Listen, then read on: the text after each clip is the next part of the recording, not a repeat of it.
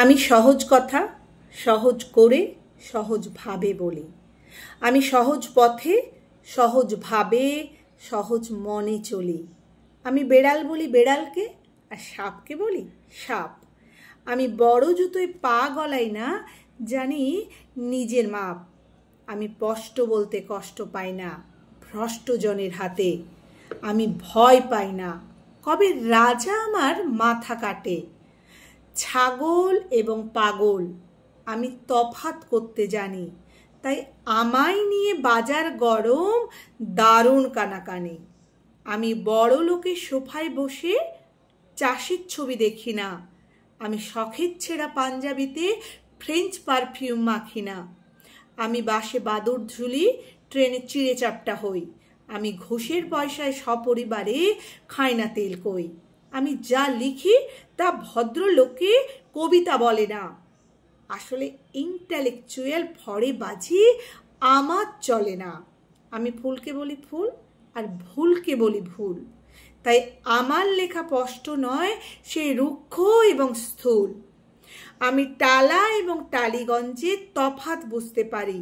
আমি ডান্ডা হাতে ঘুরি, ভাঙি হাটের মাঝে হাঁড়ি। আমি মানুষ খুঁজে খুঁজে বেড়াই মুখোশ সম্মেলনে, জানি ছোট মালের বাজার তেজি তুখোর বিজ্ঞাপনে। আমি নেতা এবং অভিনেতার ফারাক ভালোই বুঝি। কবে উল্টে দেব সাজানো ছক সেই সুযোগটা খুঁজি। আমি গাড়ি বাড়ি নারীর লোভে বিবেক বেচি না। আমি না কবিতার ফেরিওয়ালা, অ্যাওয়ার্ড খুঁজি না। আমি ভয় দেখাই না, সত্যি কথা বলি যে নির্ভয়ে। আমি জানি আমার সময় স্বদেশ নিত্য যাচ্ছে ক্ষয়ে। আমি নাক নরুনের তফাৎ বুঝি, জানি কার কি দান। আমি অঙ্ক কষে ঠিক জেনেছি আমার পরিণাম।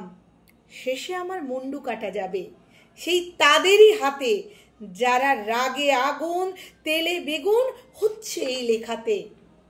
সে যা হয় হবে, দেখা যাবে ভবিষ্যতের কথা। এখন বর্তমানে দাঁড়িয়ে জানাই বর্তমানের কথা। যারা আমার কথা শোনেন এবং হাততালি দেন শেষে, তারা একটু যদি ভাবেন আছেন কি আজব দেশে, এবং এই স্বদেশেই বেঁচে থাকবে আপনার আমার ছেলে, তারা কেমন করে বাঁচবে কবির মুন্ডু কাটা গেলে। আমি তাদের কবি যাদের জীবন কেবল গদ্যে ভরা, যারা খালি পেটেই শুনে ধনধান্যে পুষ্পে ভরা। এদেশ নাকি সবার সেরা, ভাবুন মশাই ভাবুন।